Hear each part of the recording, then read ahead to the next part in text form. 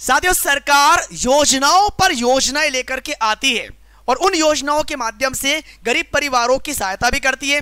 लाडली बहना योजना हम लोग जानते हैं, लाडली लक्ष्मी योजना, इसी प्रकार से युवाओं के लिए उद्यमी योजना कि भाई हम आपको लोन देंगे, अगर आप बेरोजगार हैं तो आप एक उद्यमी के रूप में उभर के अपनी विशेषता बताओ, आप काम करो, लोगों को भी रोजगार देने का प्रयास करो। और इन्हीं योजनाओं के मध्य में पीएम आवास योजना भी चलते हुए आ रही है। हालांकि आज हम लोग ये डिस्कस भी करेंगे कि इस योजना की शुरुआत कहां से हुई और अभी नए नामों को जोड़ने की प्रोसेस किस प्रकार से आपको देखने को मिलने वाली है, कौन कौन से ऐसे लाभार्थी आपको देखने को मिलेंगे जो कि इस योजना का लाभ उठा सकते हैं और कौन से अपात्र हो सकते हैं। ये सारी चीजें आज आप लोगों को इस वीडियो के माध्यम से देखने को मिल जाएगी। तो नमस्कार साथियों, मैं हूं संतोष वर्मा, स्वागत है आप सभी का दीप्ति सिंह एकेडमी इंदौर के ऑनलाइन प्लेटफॉर्म पर। तो बढ़ेंगे हम लोग आज के इस वीडियो में आगे। मेरे पीछे स्क्रीन पर आप लोग देख पा रहे हैं कि नए नाम कैसे जोड़ें। अब नए नामों को जोड़ने के लिए कई बार आप लोगों ने पंचायत या फिर जनपद लेवल पर भी या जिला पंचायत में दौड़ कर कई प्रकार के चक्कर काटे होंगे, लेकिन अब ये काम आप लोगों का और ज्यादा आसान हो जाएगा क्योंकि सरकार ने भाई ये भी आप लोगों का काफी हद तक ये काम काफी आसान कर दिया है। कैसे आसान किया है ये बताने का प्रयास करेंगे, बिल्कुल बताएंगे। आगे बढ़ेंगे तो आपके सामने अब यहां पर ये वाला जो पेज जो आप पढ़ोगे खास करके कि भाई ग्रामीण विकास एवं पंचायत राज विभाग ने जारी की गाइडलाइन, दस्तावेज अपलोड करने होंगे।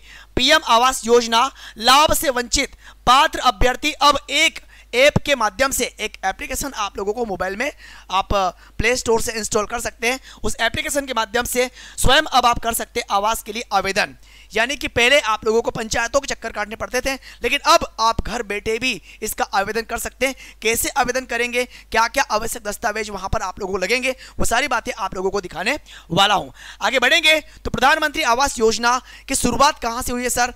इसकी शुरुआत की अगर हम बात करेंगे 2016 में इसकी शुरुआत हुई थी इंदिरा गांधी आवास योजना के माध्यम से। बाद में इसका नाम चेंज करके पीएम आवास योजना किया गया। ठीक है, ये बातें आप लोगों के यहां पर समझ में आ जाएगी। अच्छा, इस योजना का मुख्य उद्देश्य क्या था? इस योजना का मुख्य उद्देश्य यह था कि 2024 तक हमारे देश में जितने भी ग्रामीण क्षेत्र के लोग हैं उनके पक्के मकान बन जाना चाहिए। लेकिन आपका मैं स्टेटमेंट लास्ट में लूंगा भाई साहब कि क्या आपको लगता है कि अभी 2025 चल रहा है, 24 का इन्होंने लक्ष्य रखा था, 25 चल रहा है और मुझे ऐसा लगता है कि अगर 2050 भी प्रारंभ हो जाएगा ना, तब तक आप हमारे देश में ये जो सरकार है या कोई सी भी सरकार है, तब तक देश में गरीबी को ये मिटा नहीं पाएंगे, गरीबों को पक्का मकान दिला नहीं पाएंगे, ऐसा मेरा मानना है। लेकिन आपकी यहां पर क्या राय होगी, आप लोग कमेंट सेक्शन में देने का प्रयास जरूर करिएगा।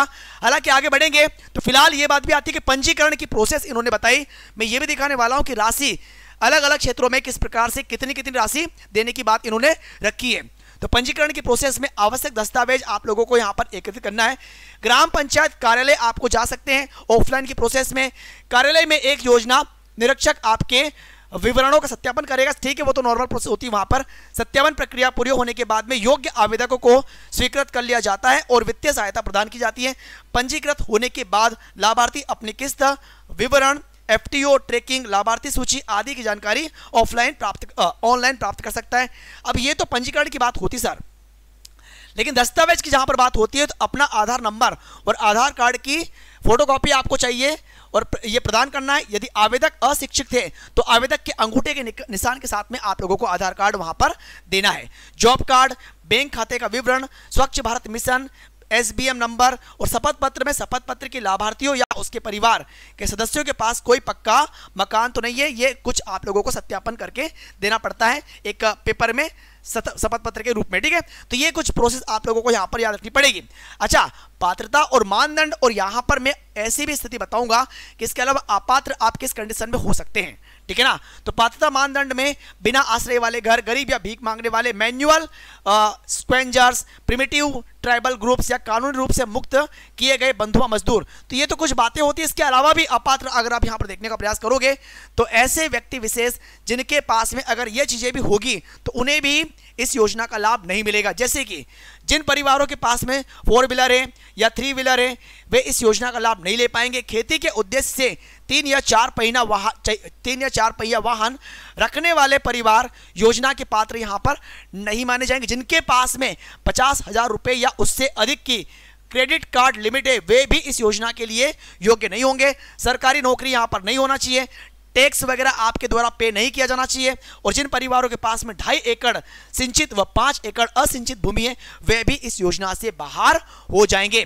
तो ये बातें आप लोग यहां पर थोड़ा सा याद रखिएगा कि आप एक्चुअली इनके अंतर्गत किस क्राइटेरिया में आते हैं। अगर लाभ की बात करेंगे तो सामान्य क्षेत्रों में जो बहुत ही विलेजेस क्षेत्र होते हैं वहां पर 1,20,000 की राशि प्रदान की जाएगी। अगर पहाड़ी दुर्गम क्षेत्रों और IAP जिलों की अगर बात करेंगे, हिमालय जैसे उत्तर पूर्वी राज्यों, जम्मू कश्मीर, इनमें 1,30,000 की राशि प्रदान की जाएगी। और इसके अलावा अलग श्रेणी के क्षेत्रों के लिए 1,80,000, और शहरी क्षेत्र में अगर आप जाओगे तो 2.5 लाख रुपए की राशि वित्तीय सहायता के रूप में प्रदान की जाती है ताकि एक प्रॉपर तरीके से पक्का मकान बना सके। लेकिन एक बात आप लोग मुझे ये बताने का प्रयास करना कि क्या 2.5 लाख, 1,20,000, 1,30,000 में एक नॉर्मल तरीके से कोई व्यक्ति एक कमरा और इसके अलावा किचन लेट बाथ बना सकता है? ये बात तो आप लोग और हम लोग अच्छे से जानते हैं।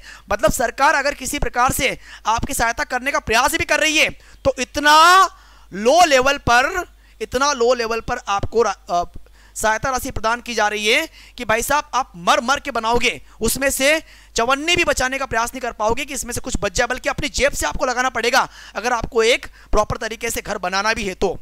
ये तो आप लोग हम लोग जानते हैं।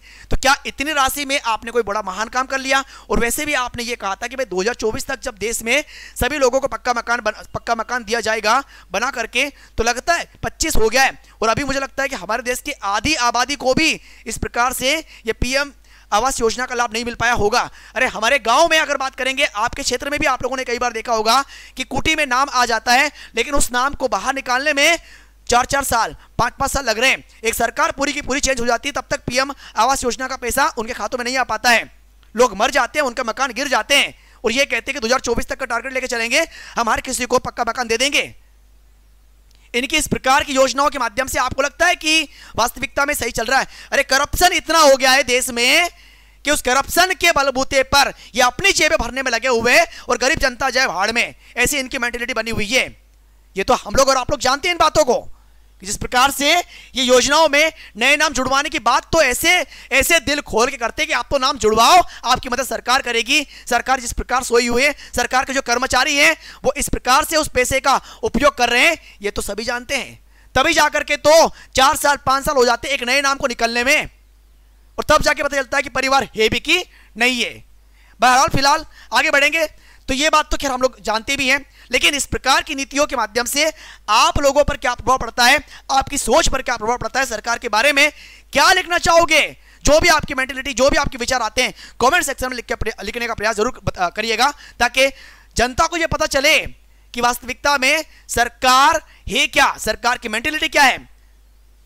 और इसी प्रकार की जानकारियां प्रतिदिन प्राप्त करने के लिए दीप्ति सिंह एकेडमी को सब्सक्राइब करना मत भूलना। तो हम लोग आगे मिलेंगे एक नई जानकारी के साथ में। सो अभी के लिए बहुत बहुत धन्यवाद। Thank you. जय हिंद, जय भारत।